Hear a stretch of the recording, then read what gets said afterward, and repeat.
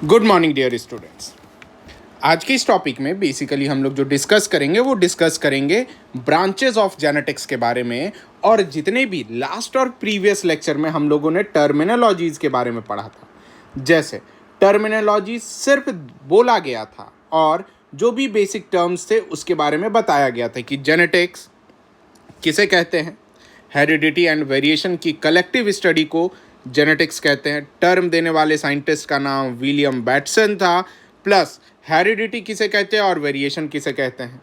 ठीक है dear students, इसमें हम लोगों ने ये भी देखा था different father of the branches of genetics, जैसे मॉडर्न जेनेटिक्स के father William Bateson, plus inheritance and variation का डेफिनेशन देखा था।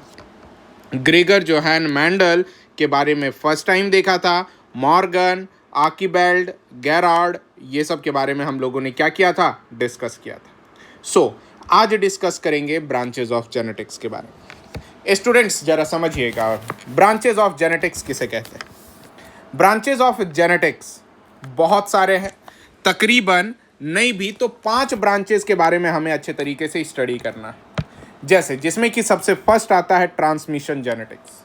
ट्रांसमिशन जेनेटिक्स ये एक ऐसा जेनेटिक्स है, क्योंकि देखो ट्रांसमिट कर रहा है ना, यानी जो हेरिडिटी एंड वेरिएशन जनरेशन से जनरेशन, यानी बाप का बेटा, बेटा का फिर उसके बच्चे पर जो कंटिन्यूअस जा रहा है उसे ट्रांसमिशन जेनेटिक्स कहते हैं। और ये जेनेटिक्स का एग्जाम्पल है क्या, मेंडेलियन जेनेटिक्स।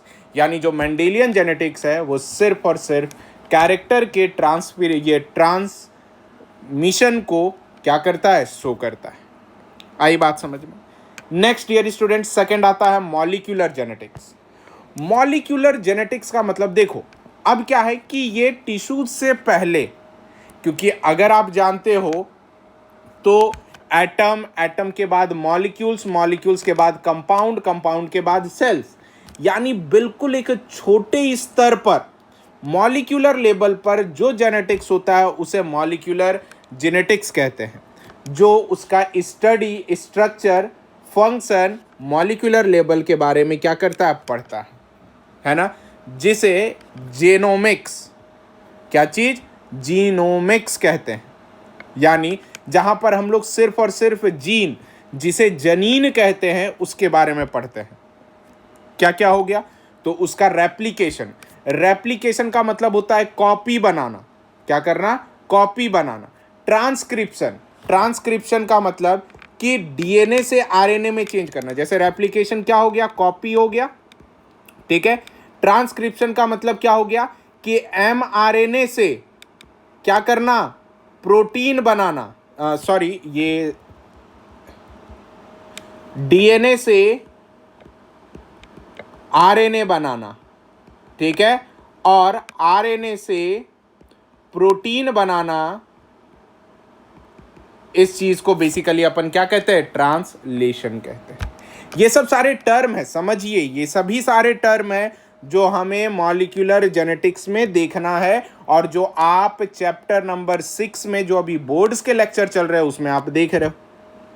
अब बात करते हैं तीसरे टाइप ऑफ जेनेटिक्स को, जिसे अपन पॉपुलेशन जेनेटिक्स कहते हैं। स्टूडेंट्स पैनिक मत होना, ये सब के सब आपके एनसीईआरटी के टेक्स्ट में है।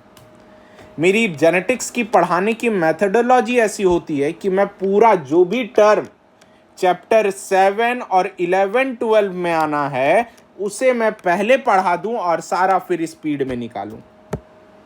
इस वजह से फोकस करिएगा, कोई परेशानी नहीं होगा।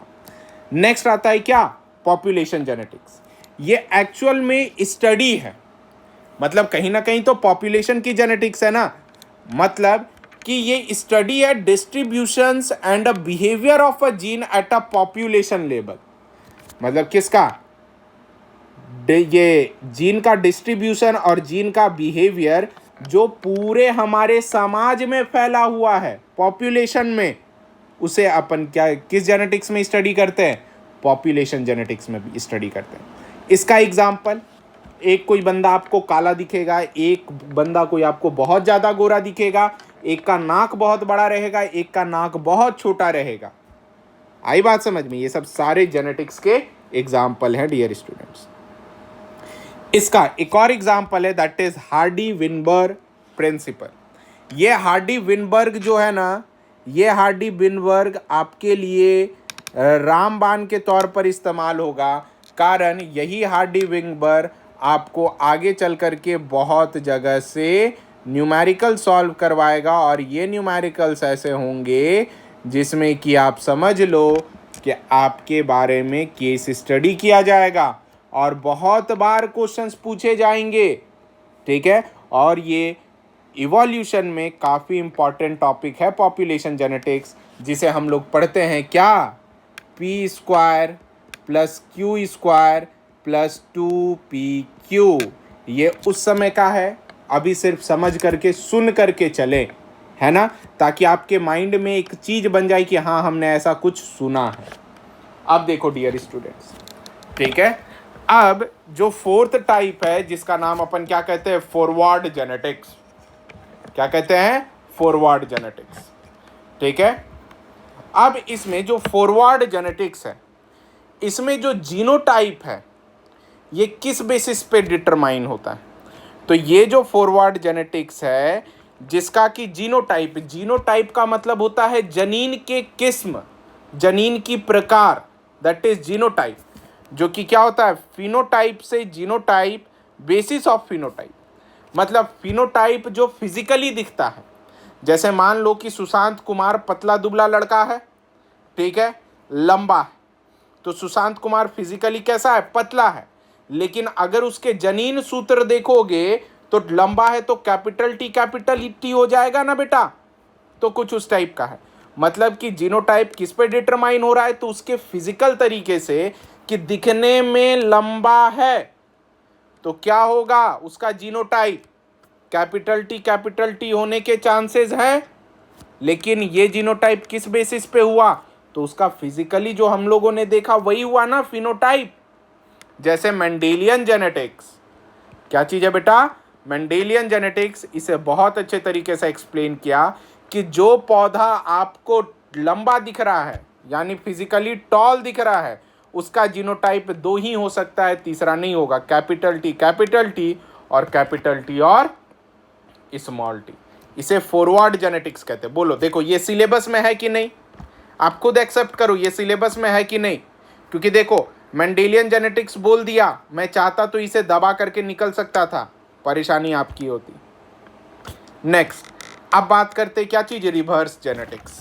रिवर्स जेनेटिक्स का मतलब कि फिनोटाइप डिटरमाइन होता है किस बेसिस पे, तो जीनोटाइप टू फिनोटाइप, मतलब जीनोटाइप कैसा होगा उस हिसाब से फिनोटाइप उसका बनेगा, लेकिन फिनोटाइप एक्चुअल में किस बेसिस पे तो बन रहा है, तो जीनोटाइप के बेसिस पे बन रहा है। जैसे मान लो कि एक अननोन जीन है, अननोन जनीन को अपन आरडीएनए टेक्नोलॉजी पे लिए, आरडीएनए का फुल फॉर्म क्या हो गया, रिकॉम्बिनेंट डीएनए टेक्नोलॉजी से लिए, इसमें क्या हुआ, एक्सप्रेशन आना शुरू हो गया और वो प्रोटीन प्रोडक्ट का हो गया, जिसका एग्जाम्पल क्या चीज है, जीनोमिक्स है। जिसका एग्जाम्पल क्या है बेटा, जीनोमिक्स है। और जीनोमिक्स का मतलब क्या होता है, स्टडी ऑफ जीन, जो मैंने ऊपर में नहीं लिखा था मैं वहां पर मेंशन कर दे रहा हूं। अब ये जीनोमिक्स बेसिकली 2-3 टाइप के होते हैं। पहला आता है क्या, यूजेनिक्स।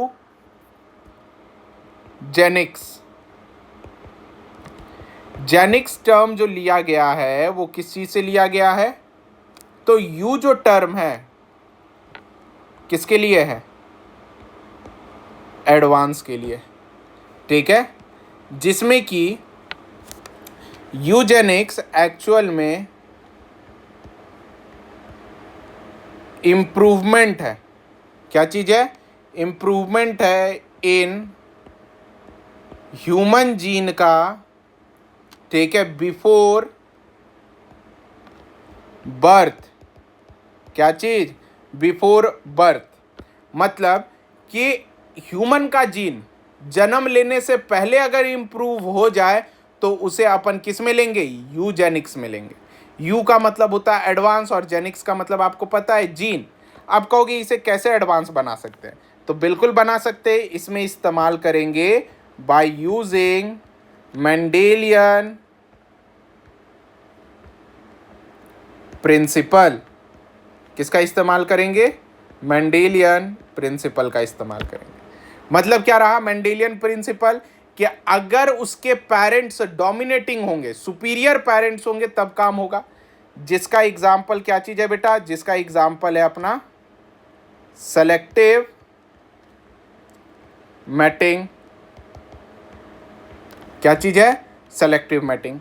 नेक्स्ट, उसके बाद क्या चीज है? यूथेनिक्स।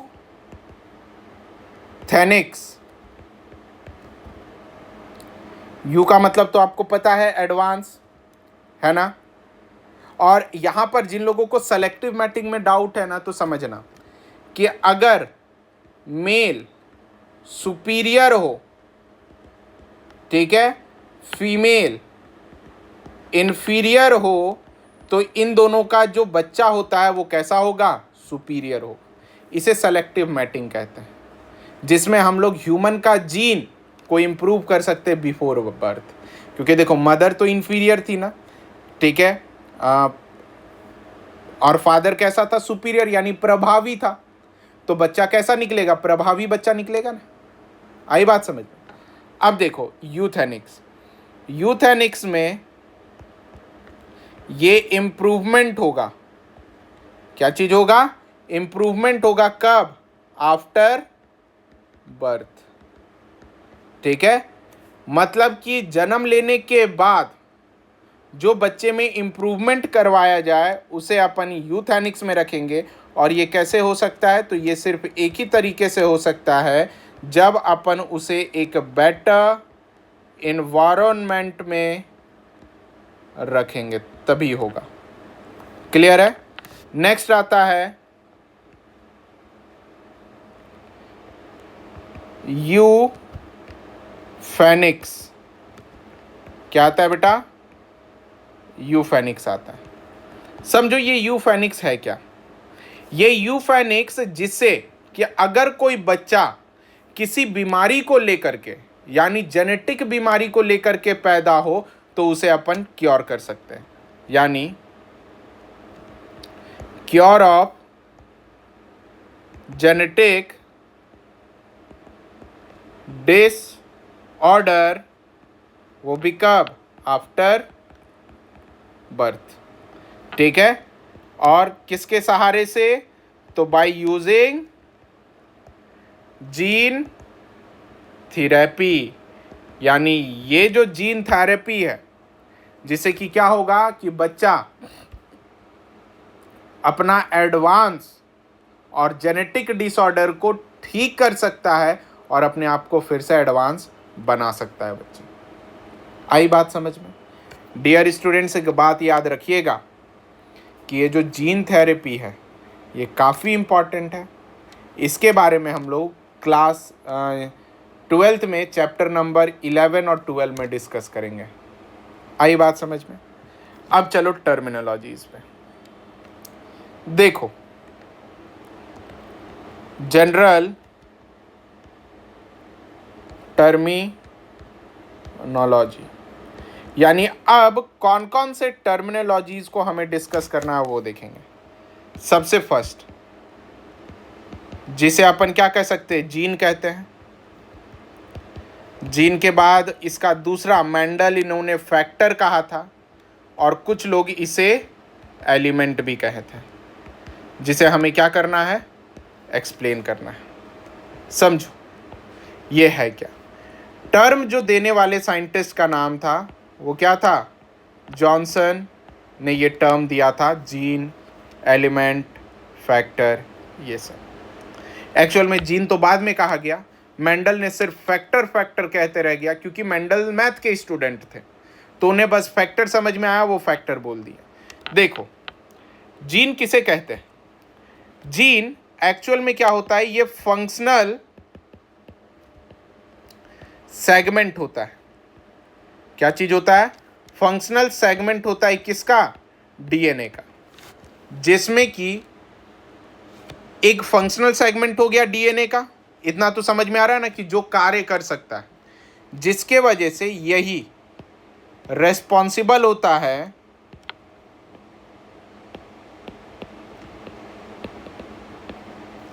किस चीज के लिए? तो फॉर इनहेरिटेंस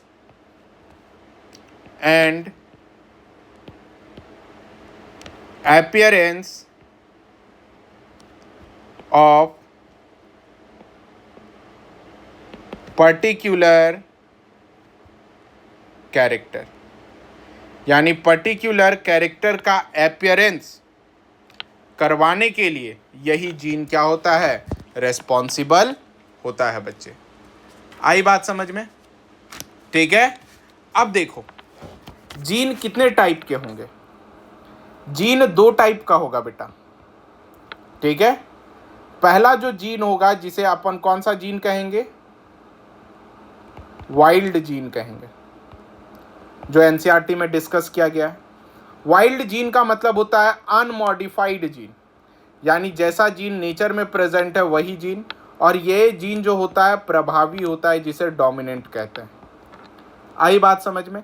और वाइल्ड जीन को अगर कोई कहेगा तो एक नाम से आप कह सकते हो कि ये ओरिजिनल फॉर्म होता है जीन का, उसे वाइल्ड टाइप कहते हैं।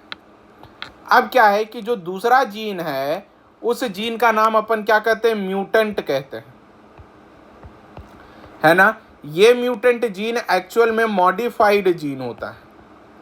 क्या होता है? मॉडिफाइड जीन होता है, जिसे अपन क्या कह सकते हैं? रिसेसिव कह सकते हैं। और ये म्यूटेंट टाइप मॉडिफाइड जो है ये किसी भी तरीके का हो सकता है बेटा। हो सके इन्वायरमेंटल फैक्टर के वजह से म्यूटेंट हो गया हो, जिसका एग्जाम्पल जो है मॉर्गन ने समझाया, और मॉर्गन ने ये बताया कि ये आई कलर इन ड्रोसोफिला में ये चीज़ें क्या है? ऑब्जर्वेबल है। जैसे इन्होंने जो वाइल्ड जीन बताया उसे रेड बोला, जिसे आपने पढ़ा होगा W+ से, और दूसरा जो होगा वाइट आइड बोला होगा, जो कि क्या चीज़ है? W- से। किससे है? W- से या फिर W से। कोई दिक्कत?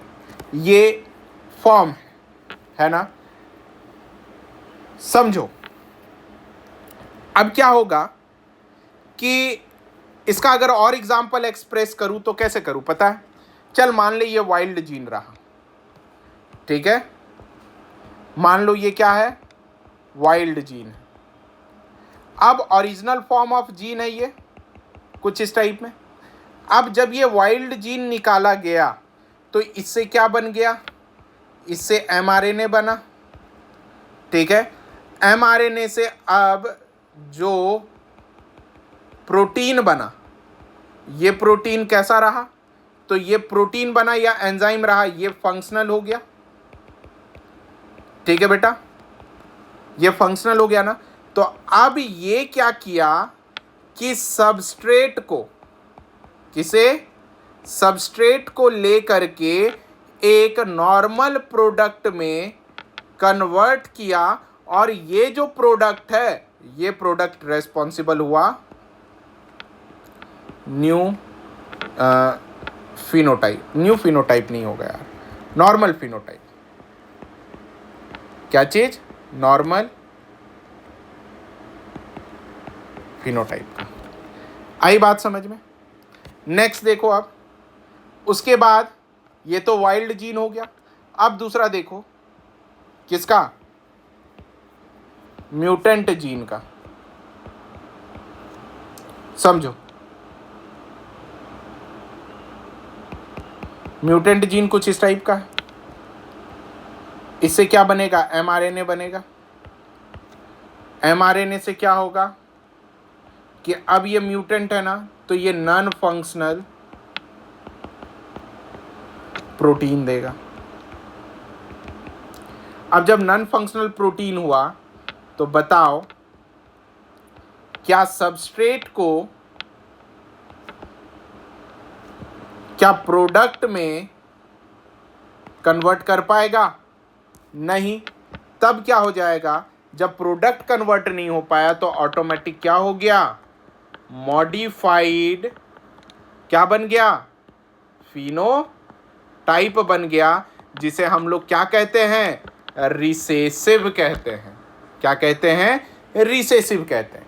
यानी जो बनना था प्रोडक्ट वो बन नहीं पाया, तो उसका जो फिनोटाइप हो गया वो क्या हो गया, मॉडिफाई हो गया। तो समझ में आया ये वाइल्ड और म्यूटेंट जीन की कहानी? बोलिए हाँ या ना। नेक्स्ट देखो भाई, अब बात करते हैं अपन सेकंड, जिसे अपन क्या कह सकते हैं, एलील कहते हैं। एलील जो टर्म है ये कौन दिया था? टर्म देने वाले साइंटिस्ट का नाम था बैटसन, जो ऑलरेडी हम लोगों ने क्या क्या बताया। अब एलील का मतलब होता है क्या चीज, that is any form of gene either similar और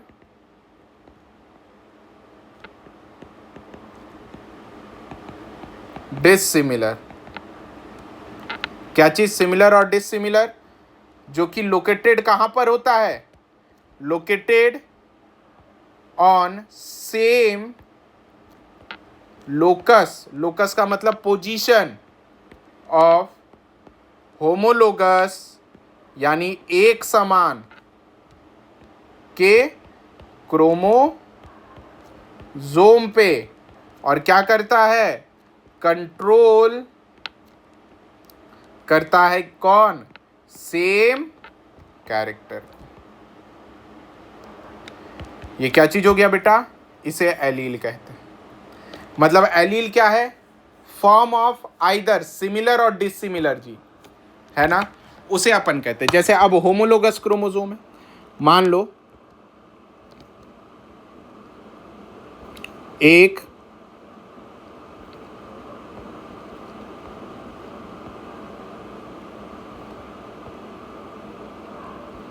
दो, समझो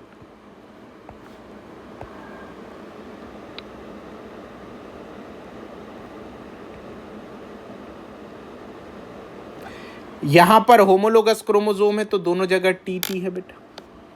यहां पर मान लो कोई दूसरा है आर आर, ठीक है। अब समझना, एक झटके में समझाऊंगा, क्या करूंगा, एक झटके में समझाऊंगा। ये क्या हो गया, ये एलेलिक हो गया, है ना, यानी इन दोनों को एलील कहेंगे, और ये दोनों को क्या कहेंगे, नॉन एलील कहेंगे। देखो पढ़ के देखो, any form of gene either similar और dissimilar located on same locus on homologous chromosome. ये देखो होमोलोगस क्रोमोसोम पर लोकेटेड है ना, तो बोल होगा। तो एक काम कर, तो दूसरा डायग्राम बना ले। अब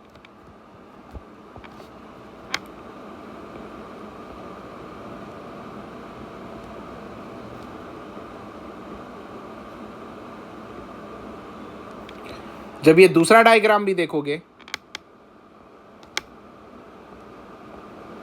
सेम क्या चीज है, capital T small T, small are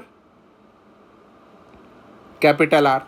तो देखो क्लियर है ना, क्या चीज है, एलेलिक, क्या चीज है, नॉन एलेलिक। बोलिए कोई दिक्कत हुआ नहीं ना? तो इसी चीज को क्या कहेंगे बेटा, एलेलिक, नॉन एलेलिक, है ना। याद रख लेना, एक टर्म बता रहा हूं, सिंपल बेसिक है एकदम। अगर एलेलिक जीन के बारे में बात करेंगे तो याद रखेंगे कि हम लोग सिर्फ और सिर्फ सेम कैरेक्टर के बारे में बात कर रहे हैं। मतलब कहीं पे भी अगर एलेलिक आ गया तो समझो कि सेम कैरेक्टर होगा। इवन क्वेश्चन में भी आ गया सेम कैरेक्टर, तो टर्म समझ लेंगे भाई एलेलिक के बारे में बात कर रहा है। अगर ये नॉन एलेलिक होगा तब इस चीज को सीधे समझ जाएंगे किस चीज के लिए है, तो ये कहीं ना कहीं किस चीज के लिए है, तो फोर डिफरेंट कैरेक्टर के लिए। ये टर्म सबसे ज्यादा किस में इंपॉर्टेंट होंगे, क्वेश्चंस में, एमसीक्यूज में। आई बात समझ में डियर स्टूडेंट्स? कोई दिक्कत? नहीं ना? सो